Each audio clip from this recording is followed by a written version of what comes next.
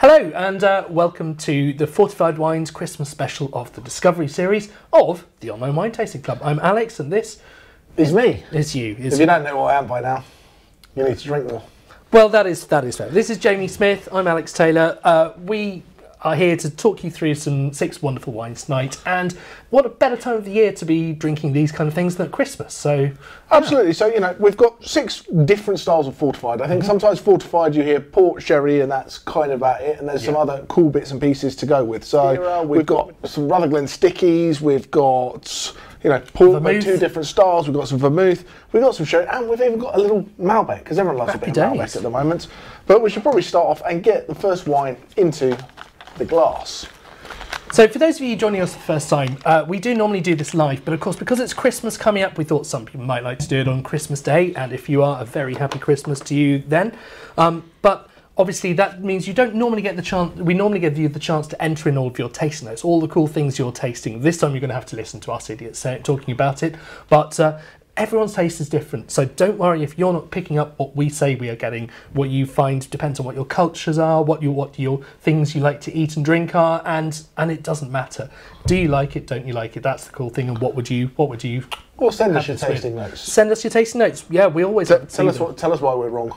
That's fair. Exactly. Very often the case. So we're starting with wine number 1, and this is a vermouth. Now, we have got a little video which explains a few of the different common styles of fortified wine. We'll obviously be going through it as we go through the 6 wines tonight, but just to give you a bit of the history behind why you'd make a fortified wine, what the heck is a fortified wine, and how do you make these what you will see tonight is such different styles of end product. I think that's important that we say wine. Wine comes in many different styles. We talk about different grapes, different regions, different places, different cultures, and the same comes in. It's just a subcategory. If you take fortified wine, there's many different styles. As if you say rosé wine or sparkling wine, lots of different styles. So let's get sipping on the first wine, which is our dry vermouth, while we go to our quick video.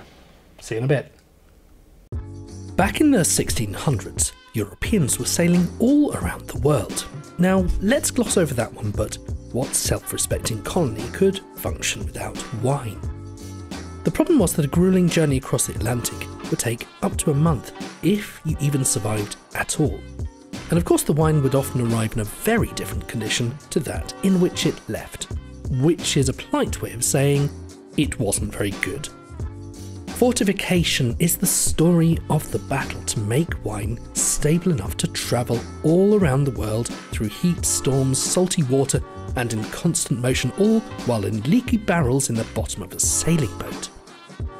While the group of fortified wines uses a whole range of different techniques, the key part, as the name suggests, is a fortification process, adding a spirit to the wine to increase its alcohol level. Brandy, unlike wine, seemed to survive the journeys in perfect condition, so merging the two was an obvious thing to try. The technique of fortification has been traced as far back as the 13th century, but it was later off in Portugal where it became popular. But how does it work? Well, alcohol is the enemy of bugs, microbes, which is why we've been rubbing it on our hands for the last 2 years. The magic number is around the 16% alcohol mark. Above this point, yeast really struggle to work, so do bacteria. So if we can move the alcohol percentage up by pouring in some brandy, for example, we can preserve that wine. Now, if you do that before the wine has finished fermenting, you keep some of the natural grape sugar that was about to turn into alcohol. And while that sugar does still really want to turn into alcohol, the yeast can no longer do anything with it. So fortification can be a great way of making a slightly sweeter wine. But that's not to say that all fortified wines are sweet. So let's talk about the main types of fortified wine: port, sherry, Madeira, vermouth, and the Aussie stickies, which you might not have heard of. Port is a great place to start. It's a blend of grapes from around the Douro Valley, such as Touriga Nacional. They're stomped by foot, fermented, and then the fermentation is stopped by adding brandy to keep some of the sweetness. It is then aged until a blend is created in a variety of different styles. Ruby is a lighter, easy drinking wine that's bottled fairly young. Tawny is an older, brown coloured caramel style of wine that's usually had a bit more age and contact with oxygen. White port is almost always drunk young and goes very nicely with tonic, and there's even rosé available. Sherry comes from Jerez or Xerez in Spain, and while it might seem like a bit of a dinosaur, the blue bottles that we all know are not at all representative of the full range of very cool wines. Usually made from Palomino grapes, sherry uses different, unusual techniques to make a whole variety of styles. First, there's the choice over the sweetness. This is enabled by fortification, but done in a very different way to port. Rather than stopping the fermentation, you let it go dry and then you back sweeten with a different kind of sweet sherry. Sherries made from Palomino grapes are usually completely dry. Then there are also Pedro Ximenez or Ximenez sherries, which are incredibly sweet. Blending the two together was at the heart of made them so popular in England, so you can end up with a range from absolutely bone dry to sweetened Coca-Cola. The second technique is biological aging, underneath a film of yeast which grows on the surface of the wine, giving it amazing nutty-like flavours. This also can help shield the wine from oxygen, keeping it slightly fresher. Alternatively, it could be made with a lot of contact with air, making it darker coloured and flavoured. Now, some sherries come from inland areas with more mineral soils, whereas some, such as Manzanilla, come from salty parts where the sea is spraying the ground and adding its own flavour. Now finally, most sherries use a complicated aging system called a solera, which is a stack of barrels, where wines from different ages are progressively blended together over time, a little bit of the newer wine pouring into older and older and older barrels, giving a mixture of young and old flavours, which makes a much more complex wine. Madeira comes from the island of the same name. Yes, there's a trend here, and it's made in a similar way to the others, but with a few differences. Firstly, the grapes are very different, with unique varieties that only exist on the island. And secondly, perhaps more importantly, heat is brought into the mix, preempting the bad conditions many of the sailing boats would experience while going through hotter regions. Madeiran wines therefore are often exposed deliberately to the heat, getting any of that damage out the way so the winemaker can repair it and get the final say on what that end wine tastes like to ensure it's delicious. Vermouth is a wine, but it's also not a wine. It starts off dry and then it's flavoured with botanicals, just like gin, so we're talking about roots, flowers, spices, herbs, bark, and then it's fortified with spirits. The final drink can then also have additional sugar, often in the form of unfermented grape concentrate added, to create a sweeter style, and the high level of alcohol helps preserve that. There are now a huge range of different styles: white, red, amber, rosé, as well as everything from extra dry to extra sweet. Vermouth is often tipped as the next hot drink, so do keep an eye out. Australian stickies are one of Australia's iconic contributions to the world of wine.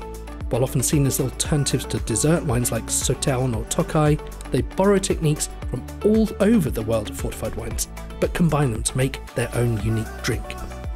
It can be very easy to try to group fortified wines all together into one category, but here there's arguably as much variety in terms of styles and winemaking techniques as there is anywhere else in the whole world of wine. So explore it, and while we can all enjoy them at Christmas, we just think this category deserves a little bit more love all year round. And welcome back. I hope you enjoyed that little bit of an introduction to the world of fortified wines. But this one here, this is from America. America's perhaps not the first place you'd think of when it comes to fortified wines, but you know, it was actually one of the first really cool wines that I tried. Was a port style wine from America, and I thought it was absolutely delicious, and especially compared to some of the less fruity ports that I'd had over the years and things. And I think maybe that first port style wine you had was in fact from this winemaker. So this is Andrew Quady, who does do a port style wine, which is his starboard, which is delightful, but also makes some fantastic vermouth. Vermouth, I think, is famous for going in a martini before people ruined it and go, I want a dry martini, no vermouth. So you just want a really large glass of cold gin and vodka, and that's absolutely fine. You know, the original martini recipe used to be about 25% vermouth, if not more. And you've got different styles of vermouth. You've got dry, extra dry. You know, and then you've got sweet vermouths as well. But this is an extra dry style by Andrew Quady from California, and this is made with a grape called orange Muscat. So you get this beautiful, rich aroma to it. Very floral as well. But I always describe, I mean, a lot of people talk about vermouth as being a great ingredient for cocktails, and that's where it's really started to have a bit more popularity these years. And you've seen so many different styles of vermouth being created, you know, from very sort of red, amber coloured ones through to this sort of more paler style, and with all different degrees of sweetness as well.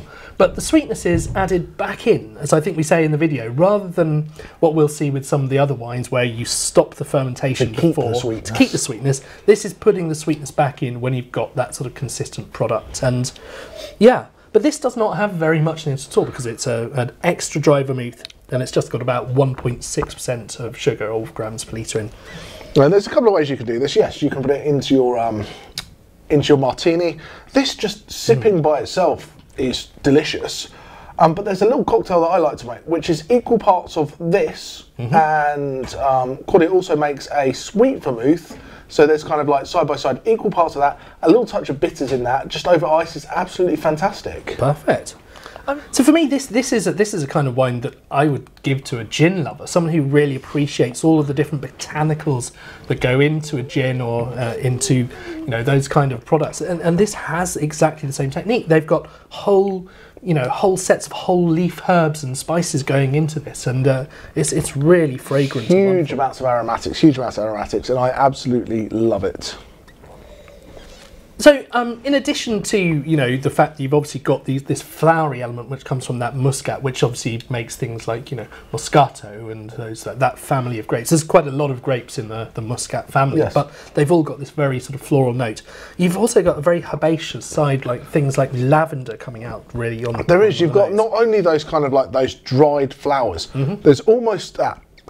A savoury stuff. I almost get a little bit of like black olive. Yeah. When you taste, you get this kind of savoury point in there as well.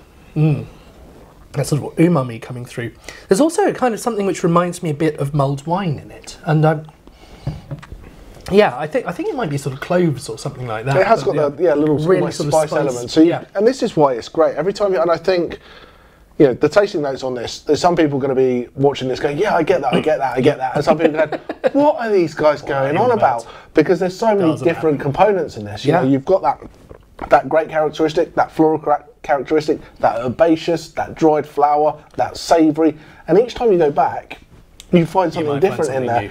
And it's also what you personally are most sensitive to. Yeah. Like, I am not a fan of black olives.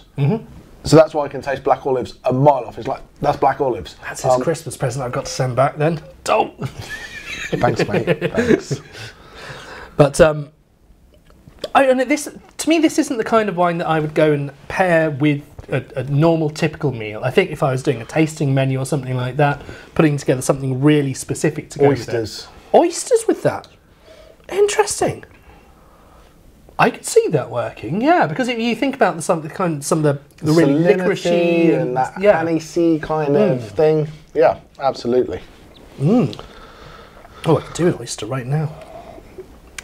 That is lovely. A really cool, interesting, different drink. So this from Andrew Quady, who's based over in, I think it's Lodi, isn't it, or around about that. So it's got bits all over, but yeah. So California based. He's been making wine since I think 1985, when he took over his first vineyard. Makes amazing dessert wines from orange muscat, from black muscat. He makes a port style wine called Starboard, and he makes these wonderful vermouths. He makes a dry, he makes a sweet, and he makes some of the kind of medium-ish interim kind of. So he's got dry, extra, whisper dry, and important things like that. So definitely check them out. You know, grab a bottle. If this is your style, great. Grab a load. If it's I not, just think it's a great aperitif. I think that's a really nice thing. Get it sweet as well. Blend it together. Put it in a cocktail. It's a lot of fun. Yeah, definitely. Look up some recipes for vermouth-based cocktails. They're great fun, and this is you're not trying to eke out the subtle differences between one Chardonnay and another Chardonnay that have been just grown at slightly different temperatures in different climates. This is something where you're making it. It's a style all to itself. Yeah, and it's reflecting the preferences, the flavoured tastes of that winemaker, and there's so much more creativity that you can have with something like that. So quite a cool thing, underappreciated style. Getting better known now, so yeah, I really like this one. It's great. Okay, so moving into wine number 2, we are heading to Australia, and this is a as Alex checks his notes. Are we definitely going to Australia? Yes, yes we are. Yes we are. And we are going to Rutherglen. And these are, well, right over there, this is what are known as Australian stickies. And this is one of my favourite types of fortified wines. That you see it first off and you think, oh, it could just be almost a dessert wine, but it's done in a fortified style. I was lucky enough to get a couple of weeks ago have a chat with Jane Campbell of Campbell's of Rutherglen to talk through. So before we go too deep and meaningful into this in our tasting notes, let's just pop straight to a quick video to explain what this wine is all about with Jane, and we'll be back in just a couple of minutes. Hi, Jamie. Hi Jane, how are you? Good, thank you. Wonderful, wonderful. Thank you very much for taking a little bit of time to have a chat with me today. Well, thanks, Jamie. The Campbell's story began back in 1870 when John Campbell sailed over on the ship Merchant Prince from St Andrews in Scotland, and he came to Rutherglen in search of gold, along with many other mad Scotsmen, I'm sure. And he was working on the Bobby Burns gold mine, and it flooded with water. So there was no other choice but to abandon the mine. And John Campbell decided to buy the land just opposite the gold mine and plant vines for some unknown reason. And he planted Riesling and Malbec and made a start, and as some other Scotsmen did as well in the area. So Rutherglen's a very old and a very old established area, I should say, with many family wineries still here. And John Campbell was part of that. And then fortified production began as well with Muscat and Topake, more heavily with the Rutherglen Muscat. And we're still making both styles today. And we're now into our 5th generation with my sister Jules, who's the winemaker, and myself as managing director. So we both, we're 50-50 owners, and it's going well so far. And we've got the 6th generation on the ground as well. So yeah, there's never a dull moment. Oh, that's absolutely fantastic. So just for people who might not know Australia and exactly the region, whereabouts is Rutherglen? Where are we looking in Australia? Rutherglen is in Victoria, and it's in northeast Victoria. So it's sort of, as you're looking at a map of Australia, and then Victoria, it's the top right-hand corner. We're about 2 hours from the Alps, so it's great for skiing.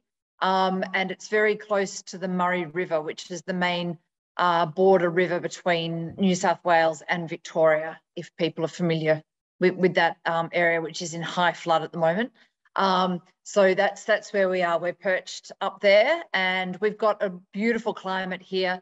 And one of our main reasons why fortifieds are so successful in this area is because of our long autumns. We have these usually dry, warm autumns without any rain, and our fortifieds, our Muscat and Topake, can sit on the vine up until, late March, early April, and they're the last to pick, and they stay on the vine until they're not quite raisiny, but almost, and full of sugar, and that's when we pick them, and they're basically full of sunshine, we like to say, and you can taste that. Particularly on a cold UK winter's evening, you can certainly taste that Australian sunshine in every glass. When we pick the grapes, they're almost like little raisins, but still with some juice in them, obviously. And then we fortify them with pure grape spirit. So grape spirit doesn't have any character at all. It's totally inert, for want of a better word. And then we leave them until they come out at around 17% alcohol, 17 to 17.5% alcohol. And basically the Campbell's style is also quite special because we use a Solera here, which is similar to the sherry system, and it allows us to have this beautiful consistency. So every year we top our fortified Soleras up with new materials, so we have this lovely freshness of each new vintage. But we're quietly layering as well. So our Rutherglen, which is the baby classification, we call it, the youngest classification, that has 3 to 5 years of muscat history in it. And something like our Merchant Prince, which is our top muscat, that has up to 80 and over years of family history, really, in every glass. Should we go onto the Muscat then and have a little? Yes, sure. Look at this. You pour that, and it's just wonderful, isn't it? It's just wonderful. It just glugs out, runs down the inside of the glass. It really does, and we've got down that it's sort of a bright amber gold with copper tints, which I think's a very good description of that. You can see the legs on the glass, which show the alcohol coming through there. Yeah, just beautiful raisins, and of course food matches too with these. They're just delicious with cheeses as well, or really good chocolate, or just a yummy desserts as well. They're just easygoing fortifieds when they're this age too. They're not overly complex. We're actually part of AFFW, which is Australia's first families of wine, and it has big companies in it like Yalumba, at Taylor's, and Jim Barry, and basically, and Brown Brothers. And the reason behind that was to show, for export, to show other countries that Australia does have an amazing winemaking history, and we have been here a long time, and we're generational winemakers as well, just to try and get that message out there. We've got some amazing stories here, and it's a long plane flight, but I'm sure that once some of your viewers, if they can make the trip over, they will not be sorry. It's an amazing place, and as you said, there's just so many different facets to our wine industry as well. So thank you ever so much for your time. Really excited to have tasted these wines and get them in front of all our people as well. And when we get around to it and we get over to Australia at some point, we'll pop in and come and see you. Oh, that'd be great, Jamie. And I must say, I've spoken about cocktails and things like that, but really an English winter, and an Aussie winter too, with plum pudding. And we tend to have our muscat chilled with our plum pudding because of the temperatures usually. But over in England, and having this around a table with some plum pudding, and it's great with Stilton as well. So poured over Stilton instead of port. That's it's a cracking way to enjoy it as well. Welcome back. So yeah, just such a cool, interesting style of wine. You wouldn't mistake this for many other wines, would you? This is it's very much its own thing. It's one of Australia's big gifts to the world. Australia's done some wonderful kind of versions of other people's wines. They do great Cabernet Sauvignon, but I think what's important to look at about Australia is it's fairly recently that they've gone into world-class wines and that kind of in the still world stage. But they've been making fortifieds for generations because people got to Australia and needed to take the wine somewhere else, and even getting them across the country is bloody miles. Exactly. So this is why fortified has always been a big thing, and it fell off the radar a little bit in the 60s, 70s, 80s, 90s. But it's really coming back with a vengeance to be really popular. And there's so many great styles. This is the one. This is their Envy non-vintage Muscat, and it goes, through a Solera system. So it's a little bit from the last year. There's always a top up to make a house style, very oxidative. Now we talk about that a little bit in the video without going into the detail, but we kind of talked about the how it works, or all the wine pouring down the layers. But why? Why would you do that? It sounds like a lot of work. So you see it in sherry houses as well, and it's to keep a house style so you can taste it, and B, so it's the same every year. Yeah, absolutely. But B, it's tradition and history, and you can go, this, they've got Soleras that come 80 years worth of Solera that, each is it's a year-round job, and I think this is what's interesting. As a winemaker, and sorry to any winemakers out there, you get your grapes, you press them, you ferment, stick it in a barrel, age it, stick it in a bottle, see you later. You're done, yeah? Yep. That would be the kind of. That is me simplifying wine a gross simplification, but I mean, But this is cots and top because you get 1 year wrong, you destroy a Solera for however many years. And what's also interesting that's important with this is once it goes in the bottle, it's done. Yeah. It's not, put it in the bottle and hold on to it for another 10 years. Because it's got as much alcohol and as much oxygen and all that kind of stuff done, once it's in the bottle, that's it. So, if you hold on to it for 5 years, it's not going to get any better, it's not going to get any worse. It sits where it is.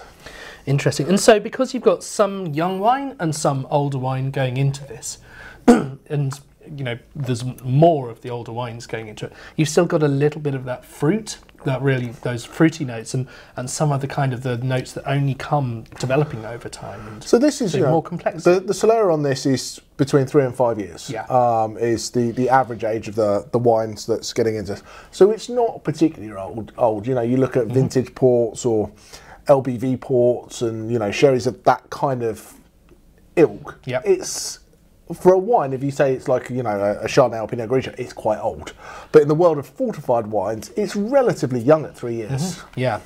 This smacks me in the face with just that hit that you get when you open up one of those little packs of raisins that my kids love to eat, and just that concentration of the sugar and the fruit that you get in it is wonderful. I dread to think what the sugar concentration of this is, but I'd imagine lots is a couple of hundred. Yeah, a couple of 100 grams per litre. So probably about 20% of this is sugar. And you can sort of see that when you swirl it around, it's thick. It takes a very, very long time to drop down the What's interesting, it does grip that well, that you never quite think you've finished your glass of wine because there's always this little bit of browny orange somewhere that you're like, there's still a drop in there. But food pairings with this, what do you think? Well, I mean, with a wine that's this sweet, you've got to have a food that's going to match it with a level of sweetness. Otherwise, it's going to completely overpower the foods with its sweetness. So it's got to be something that is intensely rich and decadent and sugary. And I mean, thinking about your Christmas pudding is the absolute classic thing that I think would work beautifully with that, because it's got a lot of those raisin notes in it, and I just think this will just all bring it together beautifully. Yeah, I think intensely sweet or intensely full flavour. So, for me, this, not so much Christmas, but this cries out sticky toffee pudding. That was going to be my other reference. This cries out sticky toffee pudding. Yeah. But if you go the other way, this can go with things that aren't sweet. If you did a cheese plate full of Stilton and walnuts, nice. That would be epic. But you've got to have that power. If you did this with, I don't know, say a brie or like a mild cheddar, it's just going to be gone. You may as well not taste it. Yeah. So, but blue cheeses, that tanginess works so nicely with something tangy, a bit sweet. lots of acidity in there that will cut through some of that sweetness. So it's that kind of compare and contrast. Because if you're going for something sweet with this, you got to go all out. All in, yeah. This with a a little kind of, I don't know, panna cotta. Yeah, no chance. Forget no it. chance. You've got to go. But I almost think this, you've got to have that almost like nuttiness that goes with it. I wouldn't be doing this with I don't know, like a Yule log or something like that. They do a different style, which is classic for chocolate. They're Topake, which is fantastic. Okay. But this is much more that nutty, fruity, We do have that dried. Topake for sale as yeah, well, absolutely. don't we, on the shop? So I don't think you meant to do a horrible plug there, but if you are interested in trying it out, go and check out a bottle of that. But yeah, that is definitely for that real decadent thing, or for a good plate of cheese. And I think so many fortified wines do work well with cheese. It can, if you want to, just sit and have it, just replace dessert. In terms of other drinks, this reminded me a bit of the Pedro Ximenez kind of sort of line of uber sweet sherry, which, most sherries come, as I think we said in the video, from Palomino grapes, and then you've got Pedro Ximenez, which is it's kind of its own thing, and is what's used to sweeten some of the kind of cream sherries. Absolutely. So, two ways we can do it.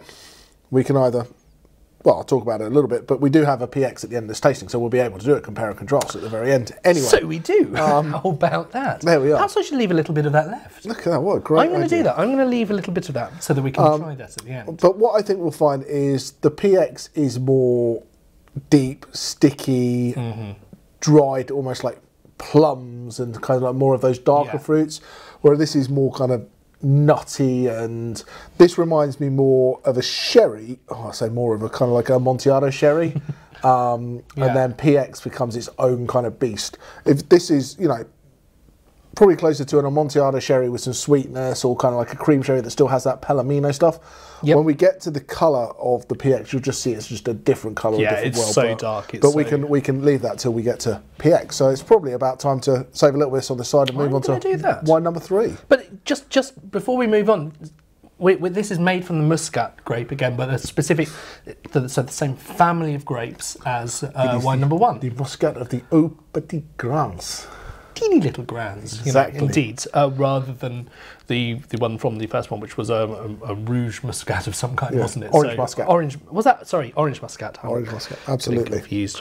So, same grape family, two very different Two wines. incredibly different wines. So, if you're looking for a wine top tip, it's not just about looking for the grape name. There's so much more that goes into it. But yeah, very cool. Let's have a move on to wine number 3, and we are going to Argentina. So, we'll be back in just a moment.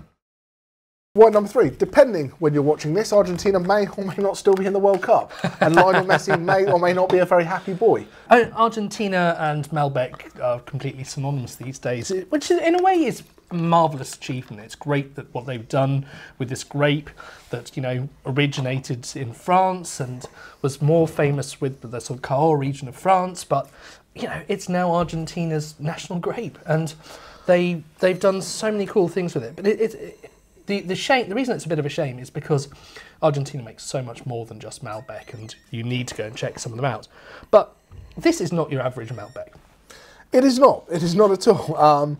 So yeah, I think what Alex said is exactly what Argentina have done. They've taken something, they've made it their own, and it's vastly different to any style in the world. But you don't get this in France. Not at all. No. But I think that's what's important. That sometimes we'll tar a grape with the same brush, or a region with the same brush, and go, oh, I only like French wines, or I don't like Chardonnay, or whatever it is.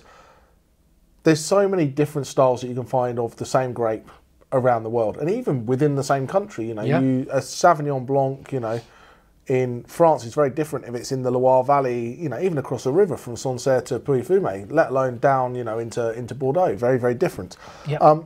But what they've done here is they have made a sweet Malbec and then fortified it to make a dessert wine style. And I've never had one of these before. This is the first, and I've not seen too many people making these. No. And I think it's a really, really cool style. Domaine Bousquet, they've also got holdings in France. So they started in France, they came over to Argentina, and he started by growing a lot of like French varietals. You know, there's Grand Pinot Noir and bits and pieces like that. And they still use that for their rather beautiful sparkling wine, don't absolutely. They, as well? But the story behind it is he started growing Malbec to try and fit in. Because everyone else growing it. So he calls his Pinot Noir Rosé the chameleon, because he had to be a bit like a chameleon to blend in, to be able to make these other things. So started growing Malbec, made some really good Malbec, and still, you know, now makes lots of different styles. He makes Chardonnay, he makes these great Pinot Noirs, he makes sparklings, and has this fantastic Malbec Dolce, which is that sweet style, 2018 vintage, so, you know, a couple of years on it. And it's interesting because there's not a lot of fortified wines, apart from ports and sherries, that you really see vintages on. A lot of them are either age marked, like 10 year, 20 year, 30 year. Which is not, this was made 10 years ago. That's a kind of an average age, isn't it, often?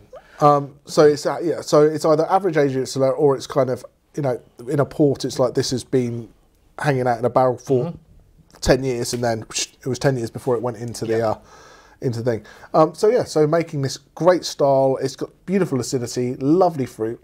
It tastes like Malbec. It does, It's got that hit of blue fruit that makes it so different from what we've just done on previous wines. It's definitely still a Malbec, and it's got that kind of nose of that rich Malbec, but when you get it into your mouth, it's just so much more indulgent and chocolatey and delicious. And Malbec, you know, Argentine Malbec that's been in oak can be pretty chocolatey anyway, but this takes it to a whole different level. But this is, as far as pairing wise, this is your chocolate cake, your Black Forest Gatto, those kind of deep, darker, jammier kind of thing, blackberry pie, that kind of stuff. This is less so your cheese board, your nutty desserts, your panna cottas, those kind of things. We said with a couple of the other ones that you can just sit and drink it by itself. For me, this is definitely a food wine. You want to have something to eat with it. So if we're doing Christmas, this is your Yule log pairing, isn't it? I think so, for sure. And I think you could pair it with some sort of after-dinner chocolates as well, potentially as well. But it depends on how indulgent you're being throughout the day. In fact, actually, if my kids are involved, it'll be their breakfast chocolates. Yeah, so. After you've had your Christmas dinner, your mince pies, your Christmas pudding with your Rutherglen Muscat, you've had your Yule log, and now you're onto your after-dinner chocolates, Mr. Taylor. Is anyone able to walk after 3 p.m. in your house? I try not to be able to. That's a wise thing to try for. That's a cool wine. It's not your typical wine. It's the acidity still makes it really nice and mouth-watering. So if you've got something that's been made with loads of butter and sugar, it cuts through. I like it. I think it's lovely. It's lovely. Fantastic. Well, I think we should move on at that stage to wine number 4, and we'll see you in a second. It wouldn't be a wine tasting of fortified wine without going to port. And of course, that's what we're going to do now. Actually, we're going to go to port twice. We are indeed. And this is another thing. Like, port is great, but I think sometimes you say the word port and there's one particular thing that people think about, whether it's a vintage port, whether it's a ruby port, whether it's a tawny port, whether it's a white port, a rosé port. There's all these different styles. So if you wanted to, you can stick 4 and 5 in the glass side by side so you can see the differences. It's not a real desperate thing to do. We're just going to start with wine number 4 because we're going to go to a video in just a second with Pedro from Quinta de Portal. But, to try them side by side is... important's not the word. Yeah, but you would just see the difference because they are two vastly different wines. Sometimes you try one thing after another, you can't quite remember how it was, but if you can go back and taste it, go, oh yeah, I see. That's and it's just, then when you just get to buying it and you go, oh, I want a bottle of port. Which style was it you were looking for? Was it the Tawny? Was it the Ruby? Was it the Vintage? Was it the LBV? Was it this? And those different things. It's almost like you need a bloody guide to go into the wine merchant with that. But if you do go into your wine merchant, which you should do if you're not buying the ones that you've tasted tonight, go into the wine merchant, get their advice. You'll find that your local independent wine merchant is full of really useful advice and can tell you the stories behind the wines like we're doing now. So yeah, go and check these things out. And what I hope is that seeing these two ports side by side will give you a really good bit of a guide as to what the kind of different styles can offer. So we're starting off with a 6 barrels Tawny Reserve port, which is non-vintage. It's come from different years of harvest.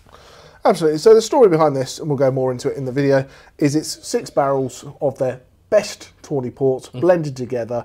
And there was 6 grandchildren of the original owner, so it's 6 barrels, 6 grandchildren, all blended together. But I got the chance to talk with Pedro from Quinta de Portal, and we'll go to the video and just learn all there is to learn about Quinta de Portal and this particular wine. Fantastic. So enjoy. Pedro, thank you very much for taking the time to talk with us for the online wine tasting club today. So what we really want to focus on is, I think in the UK, it comes to around Christmas time and people bring a bottle of port out that's been hanging in their cupboard for the last 10 years. They have a little sip of it, it goes back in the cupboard, and it really comes out around the holiday times. And yes, we're doing it in the holiday times, but there's so much more to port than that. So what I'd love to start with is just a little bit of a history of, port, why it's important, why it's special, and, your history, your family. Yes, okay, very well.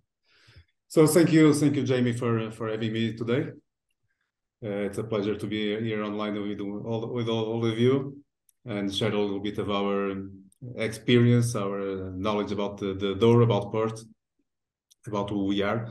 So I will start with a little background of Quinta de Portal, of myself, and then we'll move to the port's history and information, which is can be quite big and large, and then we'll test the ports, if that's okay with you. That sounds perfect.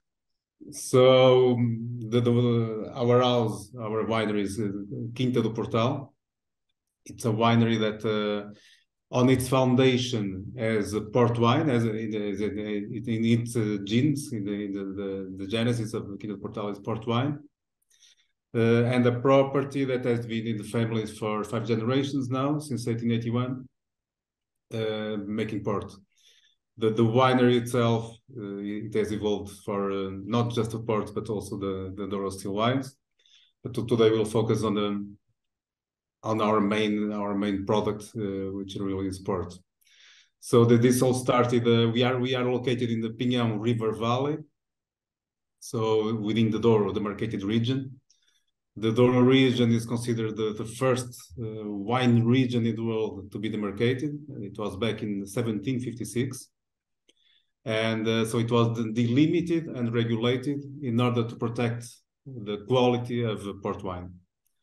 So it was not just, they created not just the boundaries, but also quite a lot of regulations. So we are in the Douro, so the Douro Valley, Douro region is it spreads along the Douro River, which comes from it has its spring in Spain, and in Portugal when it gets to the Douro wine region, it flows from east to west. So the mouth of the river is in the city of Porto, and the Douro wine region spreads along the Douro River basin. It's about 250,000 hectares, of which 44,000 hectares are covered with vineyards. And of those, we have about 25,000 hectares that are able to make port wine, that are allowed to produce port. So port comes only from the Douro region. That's the only place in Portugal where you can make port. It's a mountain wine region. It's made of very steep slopes. And it's actually the biggest mountain wine region in the world. It accounts for more than 50% of the total mountain wine regions all over the world. So we started by our most recent story. It lasts 140 years. It was a great uncle of my grandfather that started really focusing on making port, on improving the quality of the port that it was made at this property that it's called Quinta dos Muros. So it's located in the east slopes of the Pinhão River Valley. But it was always a small production. It was never the main business of the family. But this property somehow has always conquered the hearts of every generation that was able to work in it, and to keep it and make it better for the next generation. Actually, my grandparents, that they made a will while they were living, that this property could only be sold between brothers. So the son that will inherit it should only be able to sell it to one of the siblings. So that's how important in terms of passion this property has always been for the family. So, and then until my grandfather passed away in 1973, and what they did until then was make the port and then sell it in bulk to the other shippers, so that there was never a brand or anything. Since 1974, my father decided to start building his own stock of port, and we're talking mainly of Tawny ports. Actually, until quite recently, the Portuguese port families will focus mainly on Tawny ports, and the British mainly on ruby ports.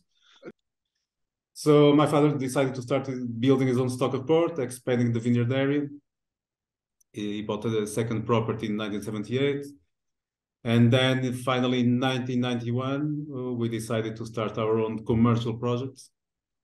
Back then we bought two more properties that back in the day they were owned by Seagram, that used to have a port wine house here in Portugal. It was and that was when we really started diversifying the styles of port. We start by making a wine like any other wine. So the grapes came into the winery. We put them in either in tanks or in open tanks that we call a lagar. We started with the fermentation process, and then depending on the wine that we want to make in the end, drier wine or a sweeter wine, we'll add the spirit, and we use a spirit made of wine, which is 77% alcohol at 21 degrees of temperature. So it's quite a lot of alcohol, and we add about 20% of alcohol into the must. So with if you want to measure by the port pipe, or that we call pipa, which is a 550-liter barrel, we have 110 liters of spirit to 440 liters of wine. Okay. Tawny ports, we age them in wood, in casks, always with oxygen, so they are never topped up. There's always some quantity of oxygen inside. Yeah. So it's an oxidative process. Whereas for the ruby ports, we want to keep them as young as possible, so we treat them like a regular red wine. It's a reserve Tawny, 6 barrels. So you have it there. So I'm gonna open this bottle here. So this is it's a Tawny reserve, so a reserve Tawny port. Like one thing that we didn't talk is that most of the ports, they are blends of different, not just different grapes, but also different years. We only have 3 wines that are from a single vintage or single harvest. One is vintage port, the other one is the LBV that we'll taste today, and the other one is the colheita, that can be either a Tawny port or a white port. So we have 3 wines that are from a single year. Every other port, they are blends of different vintages. And is that done from different barrels being kept back and then blended together, or is it done in almost like a Solera style system? No, it's not Solera, but when you want to make a Tawny port, especially an older Tawny port, here we're talking about a wine with 7 years of aging. What we do is we start making the blend. Every year we start making the blend. We prepare the wine. So it's a blend done through time. So it's not the Solera, the Jerez Solera system. Yeah. It's a blend that we prepare over time, and then before bottling, we do a final blend. Okay, so, yeah, perfect. So we have different lots that we've been building over time. And then when we have to bottle, and every year we bottle once or twice each of our Tawny ports. So then we make the final blend with all the different wines that we've been building over time. So this is a Tawny port. You can see the color. I think what's really interesting in this, and we'll look at the review, how light this is in color, but then how powerful it is on the nose. It's almost, if you're not a Tawny port drinker, it's almost unexpected that you see that color and think, oh, that's going to be quite light, but it's so powerful. Yeah. So it has a quite beautiful Tawny color, still with some red hints, which is natural for the age that it is, but already quite beautiful. A lot of orangey color, brownish amber. And in the aromas, you start getting the nutty character. Also some orange peel, some plum. But then you start getting some walnut, hazelnut, and a little bit of a little touch of a young fruit, also a young red fruit still. It is. It's lovely, and every time you go back, you get something else. It's almost got that almondy, marzipan-y thing going on in there. Some lovely kind of, almost like stewed red fruits.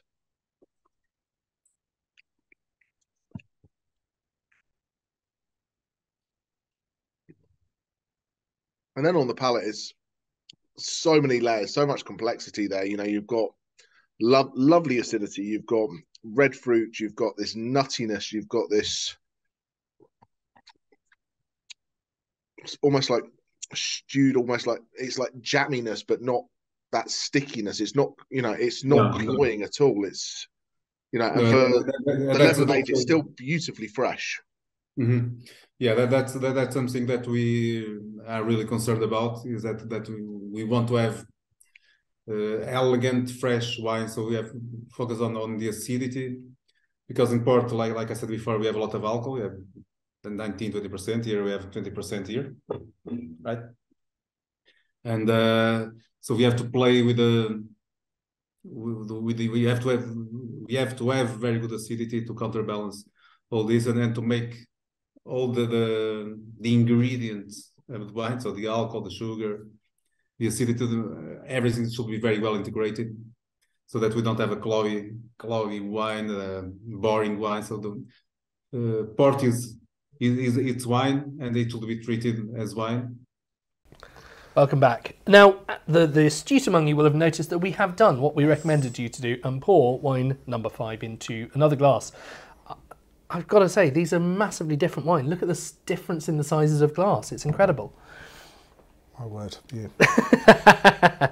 But I think the most, other than the size of the glass, write your jokes rather than off the I'm probably not the only person among all of our audience who hasn't got identically sized glasses, but that is quite a big difference. Now, it will make a slight difference in the tasting. If we were comparing 2 different Pinot Noirs, trying to tell which was one year or another, that would make a big difference. Telling the difference between 2 fortified wines that are completely different colours and completely different styles doesn't matter. It doesn't matter. You'll get the big thing. The first big thing is colour. Look at that. That's quite different. You would say that one is almost tawny, and the other one in colour is almost, I don't know. I'd go red? ruby. Oh, ruby. Yeah, ruby. That's a good word for it. Good word. It's almost like someone's thought this through. But yeah, tawniness. We talk about the shade of the colour, don't we? The kind of hue of what it is, and whether it's a sort of a deep red or whether it's a sort of a more browny colour. But we also talk about the intensity of the colour, and for that it's quite good to sort of look through them onto a bit of white, and you can sort of see how the intensity of the colour has dropped massively with the age on that one, as well as the colour going a bit less red and more brown. Yeah, so it's both ageing and that oxidative quality. So as a wine ages or oxidises, it gets, lighter. You lose those bright fruit colours. You go tawny, you go amber, you go brown, those kind of colours that you get through it. But this is what they're looking to do with the wine. If you've got a Chardonnay that looked like this, you go, that's not what we're aiming for. But this is not. Tawny port, this is a reserve. This is the 6 barrels, which is a blend. But Tawnies are the ones where you see those age stamps, the 10-year, 20-year, 30-year, 40-year. And that's about how long it's been in a barrel before it's bottled. So once again, like a lot of fortifieds, once it goes in the bottle, that's it. You don't have a 10-year Tawny and you keep it in your cellar for 10 years and magically you've got a 20-year bottle. A 10-year stays 10 years. The same as a whiskey, the same as whatever else you do. It stays as it is. So it's not aging really process mostly happens in the barrel, in a process which is aided by the air that's there. And that's what you got when you got them. Yeah, look. Keep talking while I'm talking. I'm coming back. All right. I mean, I think the other thing to say is in a world where we're used to talking about the grape varieties, we talk about a varietal wine like that's a Pinot Noir, that's a Cabernet Sauvignon. The grapes that go into this are not so well known. I mean, they are things like Touriga Nacional and Tinto Roriz and Touriga Franca. But these are grapes which are really good at surviving heat, because Portugal's quite a lot further south of, while it's north in Portugal, it's a lot further south than some already pretty hot regions like Bordeaux. And it so happens that they're now taking these grapes like Touriga Nacional and allowing them into wines such as Bordeaux because they're so good at tolerating this intense heat. But the whole process of making the port, it kind of owns that heat. It knows it was going to get subjected to heat as it went around the world in these wooden ships, and it would get beaten up. The wine would get badly beaten up. And so they're trying to sort of pre-treat it with the beating up process and work out how to make something delicious out of it. And that's what they've done. But what you'll see is, generally when you get a tawny port, the cork looks a little something like that. Yeah. So you've got that plastic seal, and it's done because it doesn't need any more oxygen. It's done. It's finished. So you open it up, you close it back down again. And I know this isn't a wine from the tasting, but this is something I was tasting last week. This is an LBV from the same guys. But this has a more conventional cork. A more conventional cork, because you'll drink this and a little bit of oxygen will help this develop when it goes into the glass. So you will treat this similar to a normal bottle of wine that after a certain amount of time, it's going to be gone. See you later. Yeah. It's not going to, you know, Interesting. it doesn't want too much oxygen, but you're going to have that. So you'll see those two different things. You'll see those two different cork styles depending on the type of port you're doing. Now, the Portuguese love their corks because, guess what? That's where cork generally comes from for wine bottles. And and so even with your one, which has got this sort of plastic layer around it, if you cut it open, you'll probably find there's cork in the middle, and that really is just there used for its squishiness, that it sort of conforms So you around the get it top, in and give out. a good seal, and allows you to pop it in and out, like you say. Absolutely. So let's taste this one. Well, I've done that many times. Okay. So this is, and I think a lot of people when they first get into port, and we're going to get into it, have that ruby style, that kind of that dark, that jammy, that fruity, that sticky, that sweet kind of style. This is much more, you've got that oxidative, you've got that almost like burnt characteristic, that smokiness, that nuttiness, a lot more dried fruits. Yeah. You know, when you take apricots, stick them in a dehydrator, like, you know, dried peaches and apricots and those kind of things. It's kind of going back into a lot of the flavours that the Campbell's Rutherglen Muscat sticky had as well in it. So, yeah, definitely those concentrated sort of dried up fruits where a lot of the while the water's been allowed to dry from the grape to make the raisin, it's also put the fruity flavours have come into contact with the oxygen and made something completely different. So, yeah, there's a lot more of that. The whole making of port involves, you can make wine in a really sort of scientific technique, and you can put the grapes which have never been touched at all, the skins haven't been broken, you've treated them so gently, you can put them into a press that's full of nitrogens, that there's no contact with the oxygen all the way through, and that's the sort of thing you'd want to do to make a really light, fresh white wine. Or you can do this, which involves an old-fashioned technique for crushing up the grapes, doesn't it?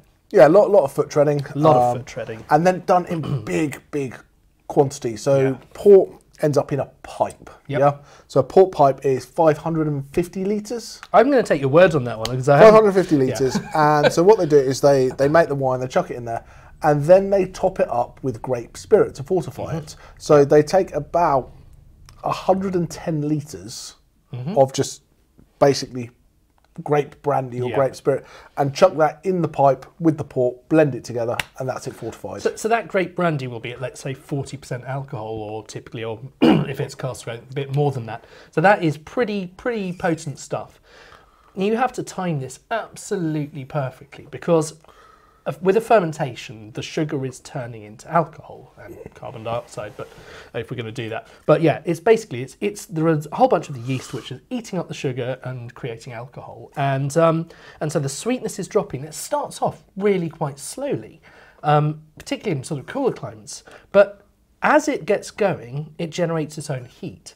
And that then gives the yeast a bit more energy to start going. And so suddenly, as the yeast double and double and double and double in number, it's going like that clappers, and the sugar is plummeting down. So if you say, I know I want to preserve that amount of sugar in, you've got to chuck that brandy in at exactly the right time. It might be too early in the morning and too late in the evening, so you've got to hit it spot on in the middle of the day. So you've got to have all of your ingredients ready and be measuring this sugar level, which is done by taking a sample of it. You've got this little kind of jug, and you drop this weight in that basically bounces up and down, and because of the different density of the sugar, as the sugar gets used up, it becomes lighter.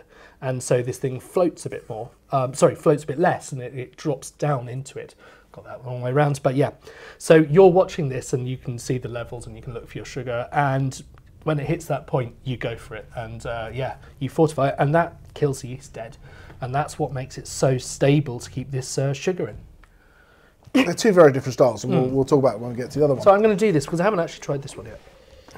Oh wow, gosh. It's a different wine. You know, you can't say, you know, yes, they're both ports, but if you've not tried, I mean, obviously Jamie has, but if you've not tried a dry red wine from the Douro Valley, which is where port is, where all of the grapes for port are grown, so the earliest kind of demarcated area where to make a port you had to use grapes from within this kind of stone boundary. If you try that, you'll get that kind of dusty but intense red fruit flavour that's coming off. That's so Douro red wine, that, isn't it? And it's only when you sort of again get it into your mouth, you've got a hint of sweetness on the nose. yeah, it's It smells like a heavy, spicy red wine. It's almost, you know, Rioja-y kind of style to it for something that people might have in had. your mouth, completely different. And for me, it's going from that raisinated fruit to that kind of, you know, cherries and you know, that more red fruit and It's more So with the Tawny, I feel the fruit is more dry, dehydrated to get the intensity, and with the LBV, it's more kind of like stewed, like fruit pie is kind of thing. But a lot more, there's a lot of chocolate, a lot of mocha, a lot of that tertiary kind of stuff going on here. And this is by Barros. Anyone who's been with us for a little while would know that I like a bit of Barros. We've done their 10-year before, we've done their Ruby before, we've done their White Port before. And this is their 2015 LBV. So this is wine that is bottled later than the vintage port being bottled. So the vintage port, they're going to get it done, and then they'll leave it in barrels for a little bit, and then that's your late bottled vintage from a particular year. So, I mean, I think vintage is a term that's thrown around an awful lot, and you know, we talk about vintage cars, vintage clothes, and things like that. When we're talking about a vintage port, it literally it means the grapes grown in 1 year, made into wine in that same year, doesn't it? Yes and no. There's always a, well, it depends answer. Yeah. Everything in wine. It's definitely the year the grapes were picked. Yeah. Sometimes you'll find that the grapes have been picked, or, you know, if you take, it's interesting, because if you take, let's take Canada, for example. Yep. Okay. The grapes grow in September, October is when you would harvest most of the grapes. So what happens if you leave them on the vine until January to pick your ice wine? Okay, you found an edge case there, right? But yes, absolutely. But in terms of the vintage port thing, but each year isn't necessarily a vintage, is it? No, so you declare a vintage. So if it's vintage port, it's declared. You can make the wine's made every year. Yes, absolutely. Yeah. You can make different wines, but port gets together and they will declare that it is a vintage, which is used to be about 2 times a decade. We're now seeing it more often. It's 3 or 4 times a decade sometimes now, just because the world's getting a bit richer. You're getting riper grapes, and that's better for making ports. But yes, it's... Plus, we're better at reading the conditions. We're a bit more scientific in the vineyards. You know, even in a vintage, a year which might not have been the perfect growing conditions, we're better at knowing what to do to still make fantastic wine. But as far as the vintage, it is about when the grapes were grown. You take somewhere else in the world, you take something like like Rioja. Let's go to Rioja, because that's a good example.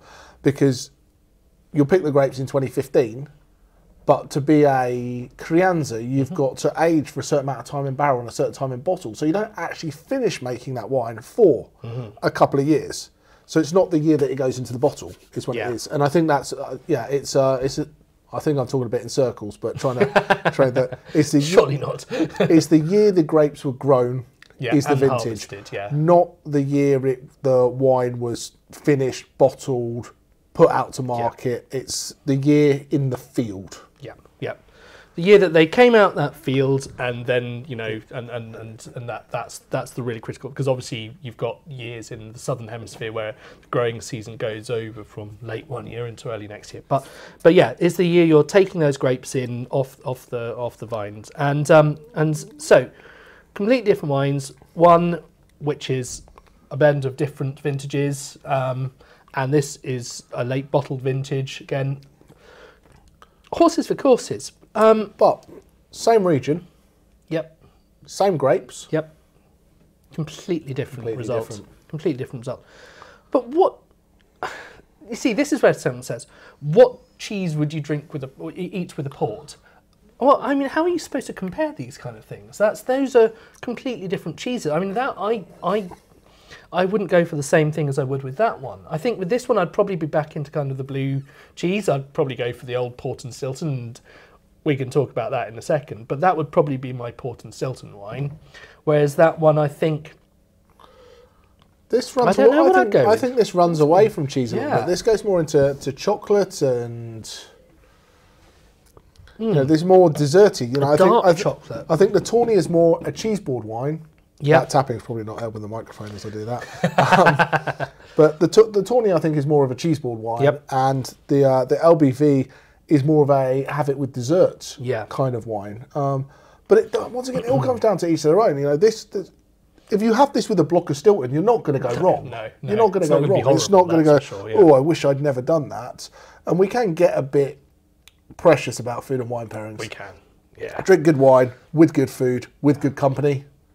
You're going to be all right. Exactly. This is not life or death. This is just, you know, it's more important than that. No, that's supposed to be football, isn't it? Yeah, I think well, I've moved it. We're moving on. But I think we should come back to the question of port and Stilton, because that's so tied in our minds as British people that port goes with Stilton. But that's not necessarily come about from the purely... From a lot of food and wine tasting pairings. Food and wine tasting pairings, has it? So I think there's a lot of wine and food culture that comes from history and stories and what we've always done. But there's, you know, the reason we got into fortifying wine was because the wine was bad when it got there. Yep. So we added alcohol to preserve it. Yep. And then we found food. Does that work for bodies as well? Does like adding alcohol preserve them? Well, yes, I'm 458 years old. But then we've found things for preserving foods, haven't we? That we've either pickled them, we've pickled them, we've dug them, we've put them in the ice, we've covered them in salt, or we've cured them with alcohol. Yeah, yeah. And one of those first things, blue cheese, used to grow maggots. Oh, so lovely. you get your block of Stilton, nice big wheel of Stilton, take it wherever you're going to take it, and then and you had all these fly larvae in there. Lovely. That sounds delightful. Yep. And there are some cheese out there, I can't remember the name of it, but there's maggots in it and it's part of the cheese, and apparently it's quite delicious, but I've never been there. And I'm sure I'm going to get an email or a text going, that's exactly what that is, and I'm like, yes, you should have your notes before you rather than just do this off the cuff. But what they did for a while is they would hollow out a bit of the Stilton, chuck a load of port in there, whack the top back on, seal it up, and that alcohol would stop preserve it, anything, stop the fly larvae, anything growing. So when you got to the other end, well, you're not going to take this port and chuck it away, are you? So top tip, if you get your Stilton from Tesco or any other supermarket, so we're not sued, and you bring your Stilton home and it is absolutely crammed full of maggots, all you need to do is to put some port in it or take it back. See. That's where you got it all wrong, Sunshine. I'm joking. The port, you'd eat it. Extra protein. The port stopped the maggots, didn't grow the maggots. Okay. So you need to get your port in there first. So what I'd do is get to the supermarket of your choice, just put the port in there and then in the car on the way home. Makes sense. Yeah, exactly. Yeah, don't let it slosh around too much, otherwise your boot will smell like mine, which had a 5-litre demijohn of some wine I made that spilt all over it on the way over here, which is not so pleasant. But there we are. But it didn't get on the Penguin. At least it missed the Penguin. That's the main thing. So two different ports. A really good example of how port is not just one thing. And I think you just mentioned it briefly. I'd love to just give white port a bit of a big up at this point, because it's such a good drink. Go on then. Big up your white port. Like, you know, no, sorry. I mean... You're not even going to edit that, are you? You're leaving that in. Or am I? Exactly. But white port, it's a cracking drink, isn't it? So white port, absolutely fantastic. Once again, another different style. And there's also, the last point we'll make about port is serving temperature. Because I've spoken to lots of people, and lots of great wine people, lots of winemakers, lots of consumers, and have had many differing answers. And I think there's kind of a... But once again, you see these two port are two very different styles. Yeah. But I think a lot of people think port, nice, slightly warm, room temperature, sat in front of a log fire, in your ski chalet, living the dream. Potentially. Potentially, yeah. But there's more... I can't remember what it's like to be in a ski chalet. I haven't done it since before my kids were born, other than the incident last year, but that was in Hemel Hempstead. But yes, a chalet. So there's that, and I think that's the generic feeling of port, is it's warm, drink it at a cold time, and that idea of log fire, port, mulled wine, that kind of comfort. Yeah. But it's made in a very hot place. Yeah. And do you want to drink a warm glass of port when it's 40 degrees out? maybe not. So if you've got a lovely light tawny port, why not drink that out of the fridge? Chilled, refreshing, delightful. I'd give that a go. And the same, diving back to the Rutherglen Muscat, talking to Jane, who I talked about serving temperature, and it's like, as you like it. You can drink it warm in the winter and be comforting, and you can drink it cold in the summer and be refreshing, and whatever you like. So quite right too. So as always, it's not our job to tell you how to drink it, what you should like, what you shouldn't. Give it a try. You know. Advice, and we'd love to hear from you what you thought is good and what you thought is not worked. The lovely thing is that as we speak, it is currently -4 outside, which means it is it's warmed up, -4 in the warehouse. So so basically, our team who've been used to much coldness are now walking around in shorts. But but the pouches that we've come up here are just beautifully gently chilled now. They've been at room temperature for a bit, and it is good. I like it like that. So yeah, I think my kind of I'm going to sound a bit posh at this point, but we at university we'd have these dinners, and afterwards you'd find yourself in the like the the kind of one of the common rooms. Well, and you said the word dinner at university, so you were very posh. already an interesting starting point. But there would be these cut glass crystal decanters full of port that had been there for God knows how long. Well, and they were sat there at this cosy sort of log fire room temperature, and that's what you'd have. And it was very, very nice. But at those higher temperatures, it kind of amplifies the kind of the gooiness, the stickiness, the intensity of the flavour. And I think by chilling it, it takes a bit of that away, and you're left with a much more refreshing, crisp drink. So yeah, that would be my kind of tip that I've noticed between the difference. So go to fancy universities and find it in a decanter. That's top tip. Complete with a little chain with a silver thing that says port or Madeira around it. You've changed very quickly from your Tesco lump of Stilton, haven't you? My word. Moving on swiftly to wine number 6. So we are finally heading on to some sherry. And sherry is, it depends who you read. But it's been making. I keep saying it's making a comeback. It's been making a comeback for the last 20 years. It's a bit like Riesling's going to take over the world for the last 20 years. It's definitely a wine that geeks have liked. Wine geeks love, and sales have been going up. And I think it's been partly helped by the growth of some of these amazing tapas places that we've seen around the country. And they are, if you get a chance to go to a really good tapas restaurant that will serve you a flight of 3 different sherries to pair with your thing, do it. It's wonderful. It's such a great experience. Absolutely, and there's so many different styles. And I'll just do a quick 1-2 on sherry for anyone who's new to go it. on. So sherry sits through loads of different styles. So you start very, very dry with your finos. You then go into manzanilla, which is a fino from a certain region of the area, and to be sherry, we're down in Jerez, so we're down in Spain. Down in southern Spain, nice hot place. Another port town, isn't it? Absolutely. Yeah. We then got our developmented styles where we talk about amontillados, where you get that kind of slightly browniness to and nuttiness to it.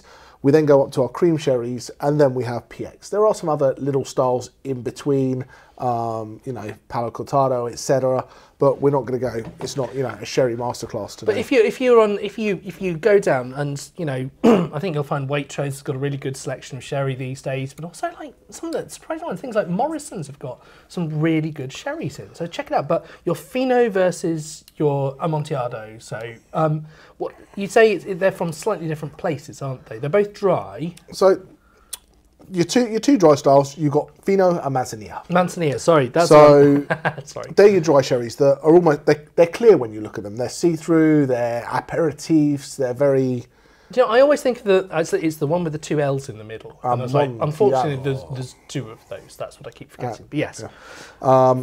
So they're your very dry styles. They do well in champagne cocktails, sherry cobbler, that kind of things, or just as a little sipping with some seafood. Really, really good. Yeah.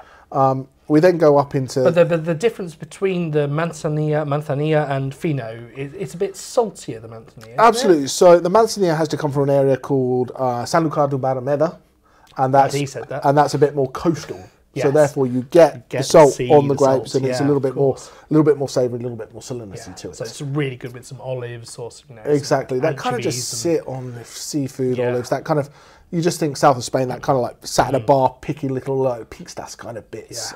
But I'd say that I think Manzanilla is perhaps my favourite of the styles of sherry. I really like the dry style because it's a bit surprising, given that, I don't know, probably like a lot of people at home, their first experience of sherry was in a blue bottle. In a blue bottle with a lot of sugar in it, poured by your granddad, and it's literally the same bottle that he poured you a glass of the previous year. Decades. Or decades, yeah. Absolutely. So you have them, and just so people are aware, without going too geeky, that style isn't always fortified. No. Sometimes it can get up to 15% and it's absolutely fine. It doesn't always have that.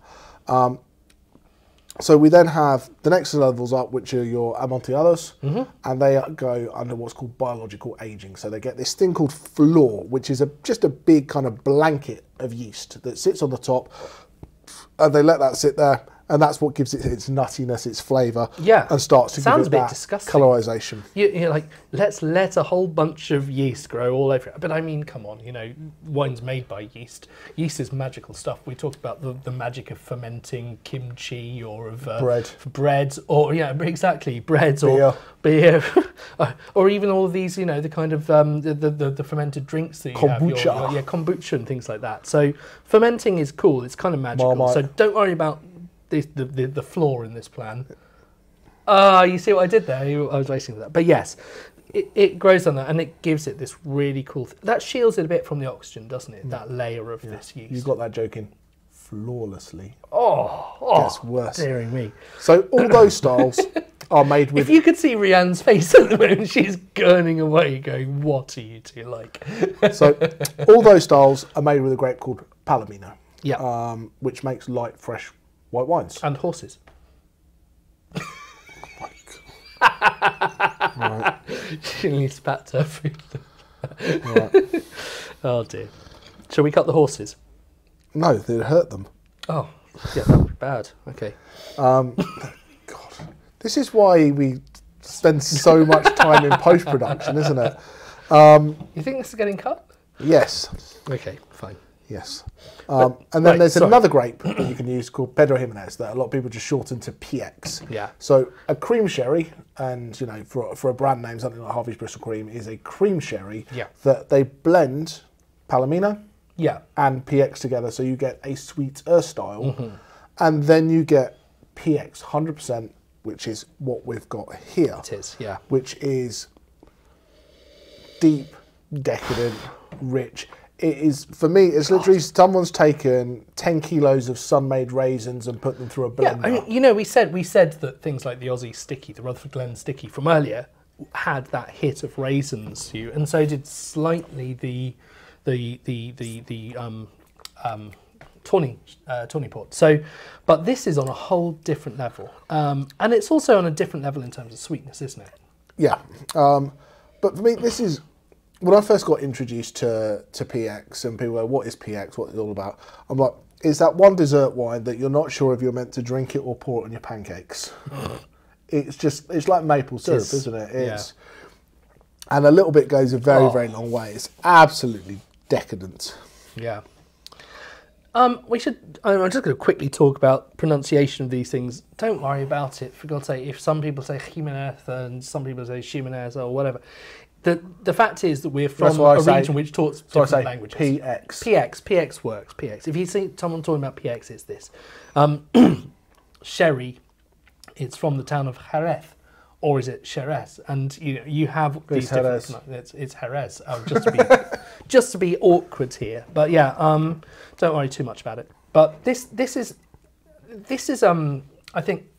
The sweetness and complexity of this wine is something to be kind of absolutely lusted after, and I also don't mind a drop of whiskey. You will find that of the whiskies that are really popular and doing really well these days, probably an awfully abnormal proportion of them have been aged in sherry casks. So when the sherry cask has been used for its job of aging sherries, generally speaking, in a Solera like that we've talked of, it will go off to Scotland or to Japan or to Taiwan, and it will be used to make whiskey. And it then imparts some of that nuttiness, the complexity of the flavours into the whiskey. But perhaps the most prized ones of all, which add this insane level of sweetness and raisin-like flavours, are the Pedro Ximenez barrels. And I remember we tried one, didn't we? We tried that, was it a Bruichladdich? The Bruichladdich, Yeah. 86? 86, I think, yes, exactly. And it just described it as sherry cask. It was like, that's Pedro Ximenez. And both of us, we just looked at each other, wow, that was a super whiskey. So you remember, those whiskies are going for like £1,600 a bottle, like that kind of range now. This is not £1,600 a bottle. It gives you a Sherry just offers such great value. Silly value for money. The one thing I say about sherry, like something like this, you can open it and hang out for a while. Yeah. The lighter styles of sherry, you've got to treat them like a wine, and especially the Fino. The Finos, you've got to open it up, drink it, get it in the fridge, 3-4 days. It's not... especially if it's not at least 20% alcohol. Yeah. If it's down to 16-17%, drink and you're seeing a lot of sherries that are in that 17.5 range. You know, ports are generally 19 to 22, but sherries, some of them are a little bit lower. You're seeing a little bit less really fortification. Important. So there's a touch less alcohol, which means there's more of the characteristics come through, and it's not hidden behind that, because it's made with a white grape. Port being made with a red grape, you've got more powerful fruit flavours if you want them. Of course, yeah. This is sticking my mouth shut. It's all over my lips. It's incredible. It is literally like you described, drinking a glass of maple syrup. And I think you gave me a really good tip, which I think would work beautifully, which was just some really good quality vanilla ice cream with a shot of PX sherry poured over the top of it. Would be really a very happy day to drink that. So yeah. But I mean, 6 different styles of fortified wines, and there are some things which are common between them. There's a lot of common techniques. There are a lot of things which are different, like the difference between whether we back sweeten a wine to try to create the style we want, like is quite often the case in, you know, with your vermouths, and whether you do, we haven't tasted in the Discover series here a Madeira, but whether it's heat treated to really kind of try to sort of, create that sort of final product. Whether you want lots of oxygen, you don't want lots of oxygen. Whether you want the biological aging, these are vastly different techniques, and I think it's arguably it's one of the trickier ones to learn. There's a lot of different bits to learn. It is, and fortified wine, it's a year-round winemaking job. Yeah. It's constant checking, tweaking, changing. It's not make the wine and it's done. You know, so many of these wines are made over multiple years, if not decades, to get to that final thing that comes in your glass. And I think that's what we've got to look at. You know, when we look at dessert wines, we look at fortified wines. The prices are generally a little bit higher than some of the stuff that we're usually used to drinking. But that's because it comes from technique, additions, aging. Yeah. You know, even history, even like the culture that's gone into making these things, techniques which are not used practically anywhere else in the wine world. And it's good to see them growing again, because it was shrinking. And the thing is, if people stop drinking these things, there won't be any more Madeiras or Rutherglen stickies or Vermouths. We've got to make sure that we're championing these styles. And I'm not saying everyone needs to buy 10 cases of every single one of these wines, but if as you a find treat every year or so. But also, not even as a treat. Not even as a treat. There's nothing wrong with on a Tuesday night going, instead of having a glass of wine with dinner, why not wait and, have a small half bottle of port with your dessert instead? Yeah, or with some cheese. There's a time and a place for these. And I think, a Christmas tasting is a great time to get it out, because that's when people think that's when we should drink our fortified wines. But, sitting out in the garden in the sunshine with a glass of Tawny port next summer. Or a white port and tonic. Yeah. That would be great. Do that, or, a Fino sherry fizz, out in the sunshine, down on the beach, down by the river, whatever you're doing, that kind of outdoorsy feel. Fortified for life. Not just for Christmas. So on that note, that's a puppy, isn't it? It's a puppy. I wouldn't combine the puppy and the fortified wine, but But yeah, look, this it's been a wonderful opportunity to open up 6 really cool wines that we don't get to open very often. And what I'd say is, if you've liked these, this is your club, and welcome to your new club for those new members who've joined us, especially for those who've received this as a Christmas present. Thank you to the people who bought them for you, and let us know what you think. It's your club. Let us know your tasting notes. We'd love to hear what you think, what you preferred, what you paired with what over your Christmas dinner, or just what you enjoyed sipping in the afternoon while the kids are on a chocolate high. Not looking forward to that. Not looking forward to that. But yeah, so lots of cool new stuff coming in the new year. We've got some trends, things coming in January. We're going to do some more regional bits and pieces. And fingers crossed, me and Alex might actually get to some vineyards so we can take you to the places to meet the real people that we've been promising you for about 2 years through lockdowns and the like now. Indeed. But we're only here because of you guys. And thank you very much. So much. Happy holidays, Christmas, New Year, whatever you're celebrating. Cheers. Cheers.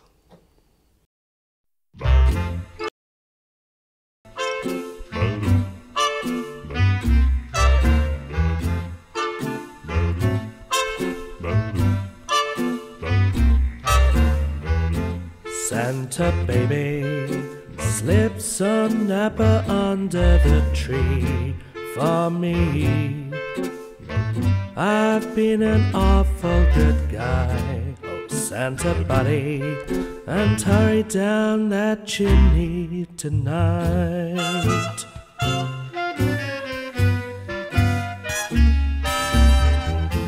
Santa buddy, a case of shadow decan, you know, for them. I'll wait up for you when Santa buddy, you hurry down the chimney tonight.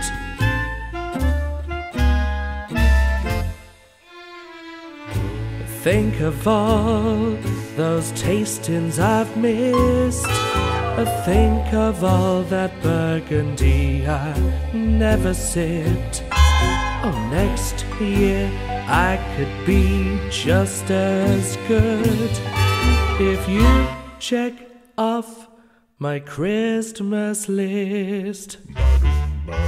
Santa Pally, I want some DRC to treat me. You see, I've been a sweetie all year, Santa buddy, so hurry down the chimney tonight.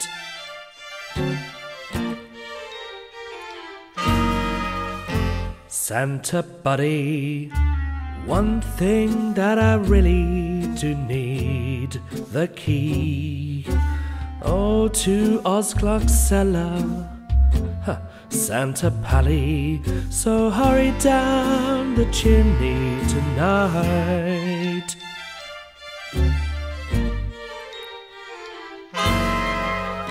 Santa buddy, fill my stocking with Pinot Noir ce soir.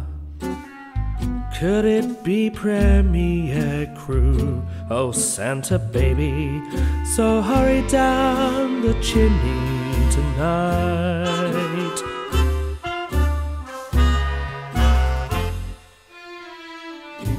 Come and trim my Christmas tree with some decorations bought in Puligny. I really do believe in you.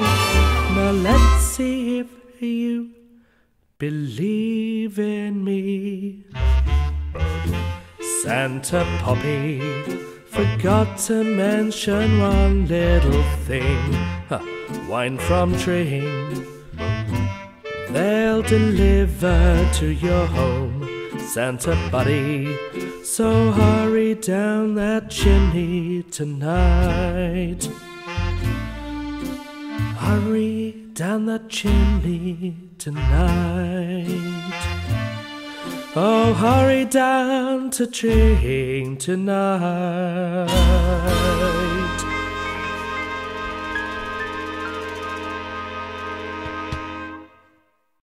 Thank you so much for joining us. Have a wonderful Christmas, happy holidays, whatever you're celebrating, and we'll see you again in the new year. Ho, ho, ho. Merry Christmas. You're a ho, ho, ho.